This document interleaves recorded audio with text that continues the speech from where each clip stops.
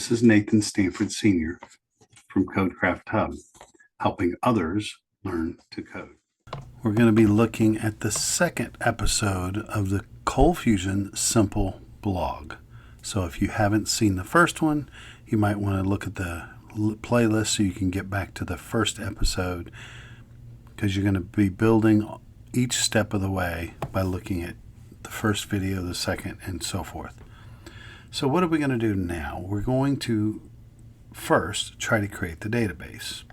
So let's go to my local host. If you've installed ColdFusion, the version 2023, most of the things I'm doing probably should work with 2021 as well. So if you go to localhost :8500 CFIDE/CFIDE/administrator/index. The longer you work with ColdFusion, the more often you'll memorize that and get it down, or it'll show up in your URL because you've typed it so many times in the past. For my local host, I'm just saving my password. It's not a very hard to crack password because this is just my local host that my machine is always turned off and not connected to the internet. So let me log in. And what we're going to do from here is we're going to go to Data Services. This is where you can add your data sources. So we're going to first try to add a new data source and see what happens. So we're going to add, this is going to be the simple blog. And I want to say DB for database. Not that it matters. You know what, I'll just make it simple blog because obviously this is going to be a data source. And I'm going to pick MySQL and we're going to try to add it. Now, here's a problem that happens when you first start something like this. You see, it says the standalone driver is no longer shipped with ColdFusion. Please download it. That's been an issue and it's not a big problem. So we're going to go find this driver. That's what we're going to go get. So if we say download, so let's just search. So here is the download the connector, which is what we're actually looking for. So let's just click on this first one. And we want to not click on any of these except for platform independent. Now, if you want, you can install any of these others, but what I'm looking for, and you'll understand why in a minute, is platform independent. And you could download the tar. I'm going to download the zip file. And it's asking me, do I want to log in? No, because I've downloaded this before, and I'm downloading it again just for this video. So let's go to downloads, and I've usually got way too much stuff in here. In fact, I don't see the driver in here, so let's save this. So now we've saved it to the downloads folder, so let's click here and let's go to the downloads folder. Open this, and here is the newest version. We're going to right click and go to, if you have this, you can go here, or you can go to the Windows version of that. Let's see here.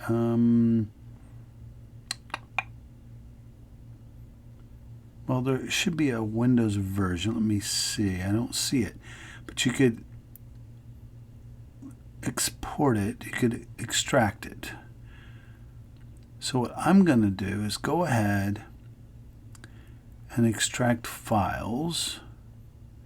But I want to extract it to this folder. If you don't have this, you should have a Windows version of being able to unzip a zip file.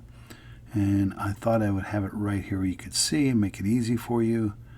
Wait, open with. I guess at worst case you could open it with the file Windows Explorer, but since I have WinRAR, it's not giving me the option, or I'm overlooking it or something. But I'm going to unextract it to this folder. Once you unzip it, whichever tool you use to unzip it, go inside, go in the connector. And then if you look right here, there's a jar file. That's the file we're actually looking for. So I'm going to right click on it and say copy. So we're going to copy that jar file. And we're going to go back over here to your local host. And we'll go to your C drive or wherever your ColdFusion is installed, ColdFusion 2023. and then we're going to go in CFusion. And then if we look back at the error, it actually says to put it in the cfroot lib folder, excuse me. So in here, you can see the library folder right here. So I can right click over here and say paste. And now we come down here. There should be right there. There's where it's at. So it's now in here. The driver's in here, ready to go. So now I can close this. I can go back to my ColdFusion administrator. All I want is simple blog, and I don't have a database yet. That's another problem. Before we go on, we need to go create a database that we can connect to. So let's go back to Laragon. Now, I'm using Laragon for my PHP stuff, but because it comes with a MySQL database, I might as well use the same database for both. So I starting them all. I think you can just click on database to start the database, but either way, it's fine. So I'm going to create you know what, I might end up using the same database if I create a PHP version. So under PHP data, and now that opens in another window, so they come here. So we are going to want to create a new database. So what we're going to do is we're going to go here, go back to here, unknown database. We're not worried about that right now. We're going to delete everything in this query, and we're going to say create database, and we want to call it simple blog, and that's all we need to do to create the database. So let's click on run up here, or you could hit F9. It will run this code. So now if I come back over here and I hit refresh, we can see here's the simple blog. So here I can say create a new table, blah, blah, blah, but we're not doing that. We just wanted the database. So here we say simple blog, and we want it to be the local host, and we want 3306 for MySQL, and we want root, and I don't have a password, but that's because this is on my local host, and I don't mind not worrying about that. Anything you're using the office, you should probably put a password. Anything production, you should obviously put a password, and probably not even use the root user. You would want to create a new user. But for learning, for beginners, just do this and then hit submit. It's still saying it's got a problem, so give me just a minute.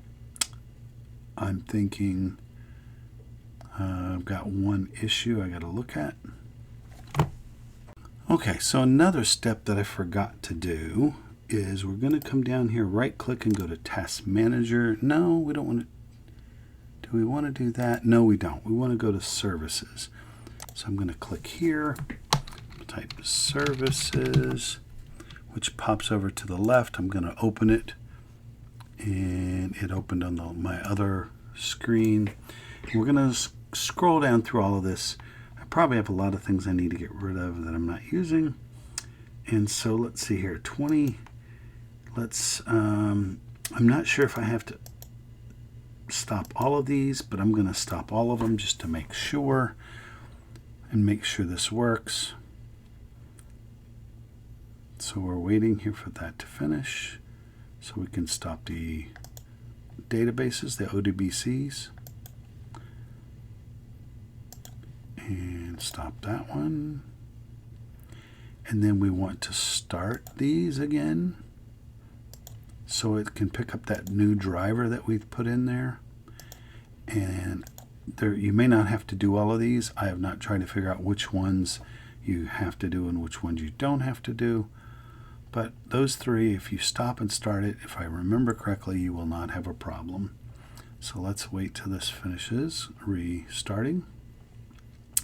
And then what we will do is add it again and see if it picked up that new driver, which it should have, but I'm patiently waiting. This is one of those things that you have to do when you first start learning to program and you're doing it in ColdFusion. There's little steps like this that when you work at a job, you may never touch this. You might have a network engineer who takes care of the managing of the ColdFusion server, and you may not. It kind of depends on where you work. If you work at a smaller office, then you may not. Or some bigger offices have you do it for yourself locally. So let's try Simple Blog again.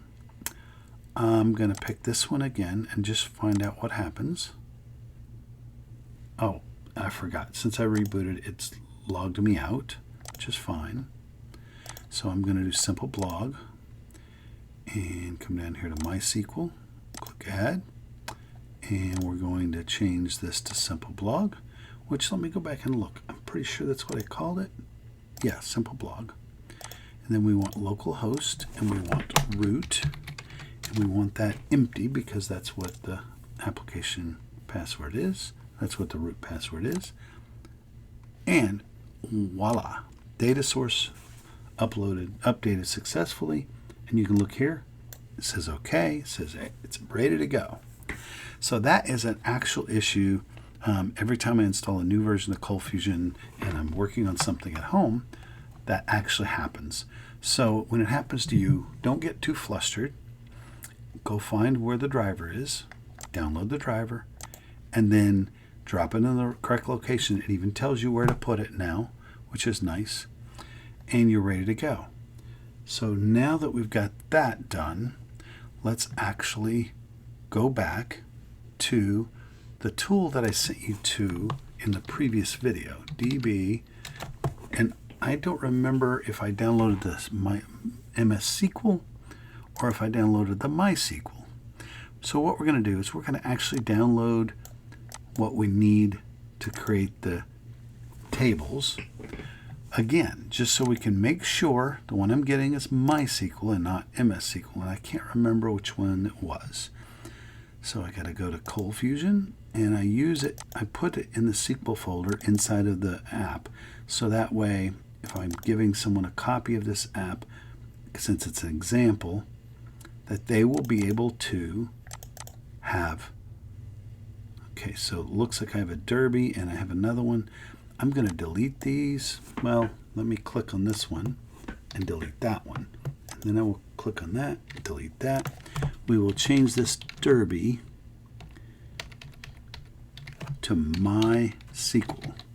So that way we know it's a MySQL database that we're working on with that code. Okay, so now we click here. We go back to C drive, go into ColdFusion 2023. We go into C Fusion. We go into the web root, www root, and we go into Simple Blog. And all we have in here is the folder and the one SQL file. So let's just open it with Code Editor, VS Code Editor. And of course it opens it over here in my other window. Here is what is in here. So I can just select all, copy. But before I do, I can say, do I want these to be 100? Yeah, I guess I will. Is text what I actually want? Let's just find out. So we can go MySQL. What is the best data type for a large text content form field, and just see what happens. So they've got medium text. That's probably enough, but let's just go see what else there is. There's text, that's probably big enough. There's medium and large text, so you can always change those later. So let's just close this. So we could change this from text to medium text or large text, but I think text is going to be good enough for now. Now, when you're actually doing this and you find your poster getting really long, then you may want to make change and make this be a larger size. But let's just go with this. So let me copy all of this, and let's go back to our database, and we're going to put it in here. Now, what I recommend you do, use simple blog, semicolon. Now, what's going to happen with that, and I'm just going to comment this out. So I've got the old create the database name. I'm telling it to use the schema that we created, the database we created, the schema called simple blog. Then I'm going to paste all of this in. And so now if you look, let's see, is there a way I can make this font bigger? I can zoom in. Good. So if you look, you got simple blog, you got users. In MySQL, you got these backticks that helps making sure the variables are, the column names are easily to understand. And you could have spaces. Do not put spaces in your table names, your column names. It is not good. And if you do run into a reserved word, you may have to change it. But I think we're safe here in MySQL with that users. So it would run and it would add these two tables, and then it would add the foreign key constraint. Why do we need a foreign key constraint? Because, I mean, we could just make sure when we insert the data that we don't leave this empty and that we insert a user ID. The problem is you never know what programmer is going to be doing in the future, or even yourself. You may be writing code. If you force a foreign key constraint, you cannot accidentally put bad data in. It's a very important thing. You do not want to have bad data, because then when you're building your app, you do something that doesn't work, you don't know why, you start going through all your code, and then later you find out, oh, I didn't have a foreign key constraint, and somebody put in a post with no user ID. They shouldn't have done it, but they did it. If you have it constrained, they can't put it in, period. So now, if we go over here and we click that, we hit right click and we hit refresh. I guess we haven't run this yet. There we go. Duh. So I'm going to go up here. I've highlighted everything, and I'm going to tell it to run. Error, you have an error in your syntax. Okay, not a problem. Okay, so we say, okay, what is wrong? Is the varchar? What's wrong? Let's grab Google again.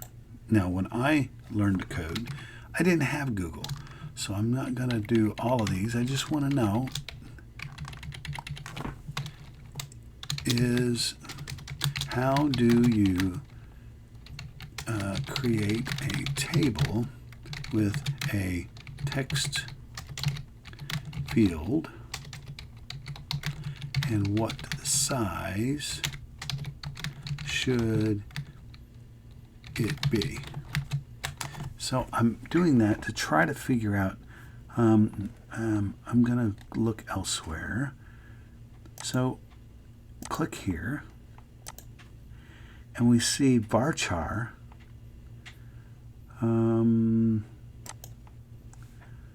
Let's go see. So see here, varchar 20. I'm not sure why. Let me go back and look at the error. So it may have not had anything to do with that. So let's see here. Simple blog. Maybe, I don't think that's the problem. Table user already exists. So let me hit refresh. Oh, so it does have that. So maybe this one is the one that broke. Run this. Error. Table user already exists. Oh, so it's trying to run all of them. So let's just comment out the user one for now and see if post is going to work. And if not, we'll figure out why. So we run that. You have an error in your syntax. Okay, so somewhere in here I have an error. Oh, yeah, right there. I must have cut and pasted that in at some point when I was doing something. So now I should be able to run these two, I feel like, right quickly. Yep, they both worked. So now if I hit refresh, you have both posts and users. So now you're ready to go. You've got those ready to go. We were able to import the script in there. And let's minimize this. So what we want to do now, and it looks like I must have did it while I was over there because I don't see it here. So this code is good. So we will leave this code alone. I will also add use simple blog semicolon. So that way, let's go back to our database. I have create. I should have probably copied that too. So I can paste this in here. So now anybody getting this would be able to uncomment create database to create the database. They would be able to say they're using that, and then it would insert this data into the correct location. So I'm going to save that, and we're going to close it, and we're going to go back to index, to the folder. Yeah, open the folder. I don't think I have. Oh, yeah, going up one level. Okay, so let's minimize that. That's fine. Close, because I've got that. That's gone. Okay, so what we're going to do now is we want to just create a test page and maybe put some data in so we can actually see that we're hitting the database. And I'm actually going to do it this way. There's multiple ways to do it, and there's not really a wrong way. The constraint only constrains post to have a user. User doesn't have to have a post. So we can come here and we can say, okay, I want to create an insert. If it doesn't have it here, I will go create it myself. I thought sure there was one in here, but there's not. Or at least I'm overlooking it probably. So I'm now going to put this. I'm going to copy this, cut it, and put it down here. We're going to say insert into the database name. It's going to be users. And we want to do the values that it's going to be inserted in. It's going to be in the second column. So you can say values, the value, insert value. So we can say, okay, for username, it's going to be the ID, but that's auto incremented. We don't have to worry about that. And if we look up here, we got first name, last name, email, and password. So first name, and I'm going to do this. Whoops. I like 2 spaces. I have to see if I can figure out how to fix that in this tool sometime. Last name. The reason I like 2 spaces is it takes a lot longer before you run out of space going to the right if you try to do a lot of things. And the last things was email and password. So let's do email, password. Okay, so we've got all of this. Now, it's highlighted, probably because this is a reserved word. So let's just change this. Well, we can't change it because it's in the database. We can obviously drop the column and re-add a column. For this simple one, we will not worry about it. And we will not do that. But what we are going to do is do gem and sample. That's my gem sample user. And for email, I will say jsample@test.com. And then I need a comma. And let's see here, I need the password, and we are not going to create a secure password. This is just for testing, and when we get a chance, that's probably the most common password out there. Never use that anywhere, except for somewhere like this. That doesn't matter. In fact, let's change this. Let's just say my password. Just about as secure, haha. Anyway, okay, so we've got that. So we want to insert one user. Why? So we can actually see that our query is working and pulling back a user. Let's see if I wrote it right. And it looks like it might have worked. So let's do, let's go to data. And now we can see gem sample. Oh, I wonder if I can zoom in. I can. Good. Let's make these bigger. Gem sample at test. And there's my password. Not hashed or anything, which you will be doing. But for now, we're just trying to get some code working for you. Okay, so we now know this is going to work. So actually, because it's going to work, we can close that. And it says save content of the query. Let's save content of the query. We don't really need it, but because we can copy or generate this code all over again. So it's not like we have to have it. But for now, let's copy that, come down here, paste it, and I should have cut it. So now we have the script, but it's commented out, and we're going to put it in the exact same place as the one creating the table. So we'll go 2023, CFusion, and then we're going to come down to www.root. We're going to go to CF Simple Blog, and we want to go in here and say create tables and insert one user. Now what we could do is make this a ColdFusion page that does all this, but we don't need to. We can run it here. So let's close this now. That's saved, so it closes. Thanks for watching. We'll see you in episode 3.